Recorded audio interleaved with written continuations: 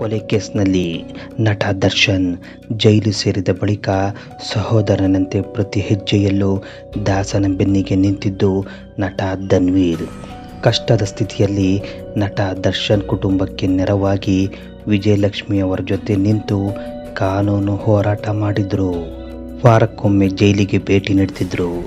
ಆದರೆ ಕೆಲ ತಿಂಗಳಿಂದ ನಟ ದರ್ಶನ್ ಹಾಗೂ ಧನ್ವೀರ್ ಗೌಡ ನಡುವೆ ಮನಸ್ತಾಪ ಉಂಟಾಗಿದೆ ಅನ್ನೋ ಮಾತು ಹರಿದಾಡಿತ್ತು. ಈ ಬಗ್ಗೆ ಧನ್ವೀರ್ ಮಾತನಾಡಿದ್ದು ದರ್ಶನ್ ಅಭಿಮಾನಿಗಳಿಗೆ ಸ್ಪಷ್ಟನೆ ನೀಡಿದ್ದಾರೆ.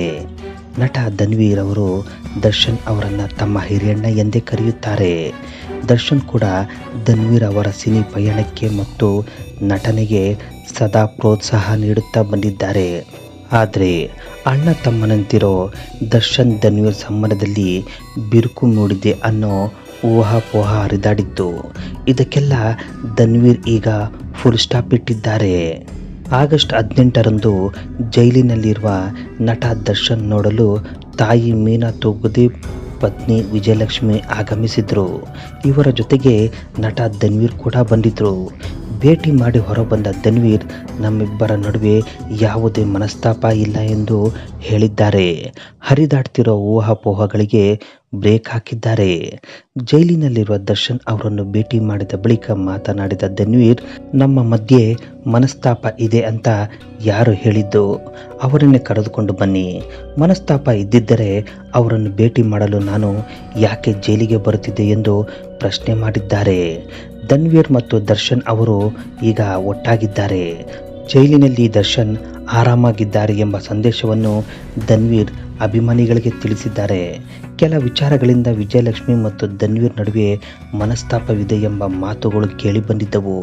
ಇದಕ್ಕೆಲ್ಲ ಧನ್ವೀರ್ ತೆರೆ ಎಳೆದಿದ್ದು ಹಲವು ದಿನಗಳ ಬಳಿಕ ದರ್ಶನ್ ಭೇಟಿಯಾಗಿ ರೂಮರ್ಸ್ಗೆ ಬ್ರೇಕ್ ಹಾಕಿದ್ದಾರೆ. ದರ್ಶನ್ ಅವರ ತಾಯಿ ಮತ್ತು ಪತ್ನಿ ವಿಜಯಲಕ್ಷ್ಮಿ ಕೂಡ ದರ್ಶನ್ ನೋಡಲು ಜೈಲಿಗೆ ಭೇಟಿ ನೀಡಿದ್ದರು. ಇಬ್ಬರು ದರ್ಶನ್ ಅವರನ್ನು ಭೇಟಿ ಮಾಡಿ ಪ್ರತ್ಯೇಕ ಕಾರುಗಳಲ್ಲಿ ಜೈಲಿನಿಂದ ಹೊರಟಿದ್ದಾರೆ. ವಿಜಯಲಕ್ಷ್ಮಿ ಮತ್ತು ಧನ್ವೀರ್ ಇಬ್ಬರು ಒಂದೇ ಸಮಯದಲ್ಲಿ ದರ್ಶನ್ ಅವರನ್ನು ಭೇಟಿ ಮಾಡಿರುವುದು ಇದೀಗ ಅಭಿಮಾನಿಗಳ ಗಮನ ಸೆಳೆದಿದೆ.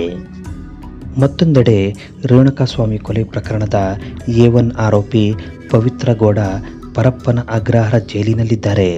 ಇತ್ತೀಚೆಗಷ್ಟೇ ತೀವ್ರ ಜ್ವರದಿಂದ ನರಳಿದ್ದ ಪವಿತ್ರ ಗೌಡ ವಿಚಾರಣೆಗೆ ಗೈರಾಗಿದ್ದರು. ಪರಪ್ಪನ ಅಗ್ರಹಾರ ಬಂದಿಖಾನೆಗೆ ಭೇಟಿ ನೀಡಿದ ರಾಜ್ಯ ಮಹಿಳಾ ಆಯೋಗದ ಅಧ್ಯಕ್ಷೆ ನಾಗಲಕ್ಷ್ಮೀಬಾಯಿ ಪವಿತ್ರ ಗೌಡ ಸೇರಿದಂತೆ ಹಲವು ಕೈದಿಗಳನ್ನು ಭೇಟಿ ಮಾಡಿ ಮಾಹಿತಿ ಪಡೆದುಕೊಂಡೆ. ಅವರ ಸ್ಥಿತಿ ಹೇಳಬಾರದು. ಪವಿತ್ರ ನನಗೆ ಮಗಳ ಸಮಾನ. ಕಾನೂನು ಪ್ರಕಾರ ಏನಾಗಬೇಕೋ ಅದು ಆಗುತ್ತದೆ. ಪವಿತ್ರ ಗೌಡ ಸಾಕಷ್ಟು ನೊಂದಿದ್ದಾರೆ ಎಂದರು ನಾಗಲಕ್ಷ್ಮೀಬಾಯಿ. ಇತರೆ ಮಹಿಳಾ ಕೈದಿಗಳ ಜೊತೆಗೂ ಮಾತನಾಡಿದ್ದು ಮಾಹಿತಿ ಪಡೆದಿದ್ದೇನೆ. ಮಹಿಳೆಯರು ಭಾವನಾತ್ಮಕ ಜೀವಿಗಳು. ಹಲವಾರು ಮಂದಿ ಮಾನಸಿಕವಾಗಿ ಕುಗ್ಗಿದ್ದಾರೆ ಎಂದರು. ಇದೆಲ್ಲದರ ಮಧ್ಯೆ ನಟ ದರ್ಶನ್ ಹಾಗೂ ಧನ್ವೀರ್ ಗೌಡ ಭೇಟಿಯಾಗಿ ಮಾತುಕತೆ ನಡೆಸಿರುವುದು ಅಭಿಮಾನಿಗಳಲ್ಲಿ ಸಂತಸ ಮೂಡಿಸಿದೆ.